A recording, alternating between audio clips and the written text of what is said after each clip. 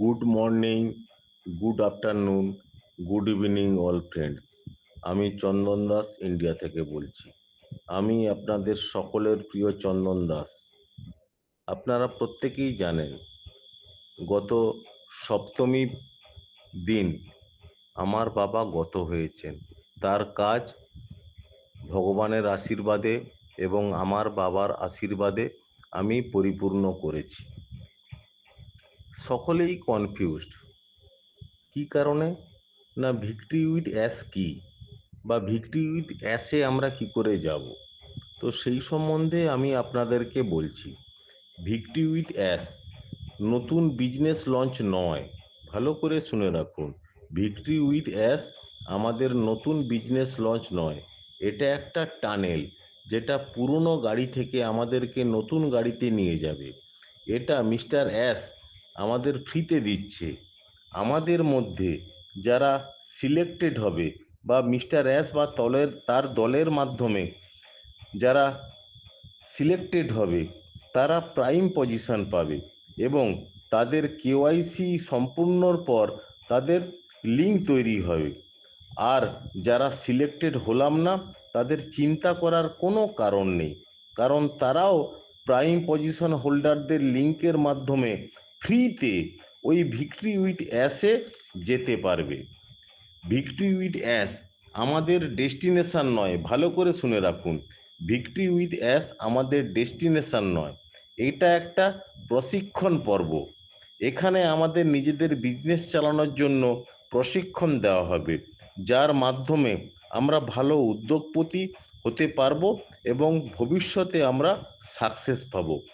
এই প্রশিক্ষণ আমাদের বিগ বোল্ড বিউটিফুল শেয়ার ড্রিমসে পৌঁছতে সাহায্য করবে। মিস্টার অ্যাস বারবার বলেছেন, বিগ বোল্ড বিউটিফুল শেয়ার ড্রিমসে আমরা প্রত্যেকেই পৌঁছাবো। কার মাধ্যমে? না, ভিক্টরি উইথ অ্যাসের মাধ্যমে। আর ওই victory with Ace mister Ace আমাদের নিউ বিজনেস সম্বন্ধে বলবে। কি বলবে?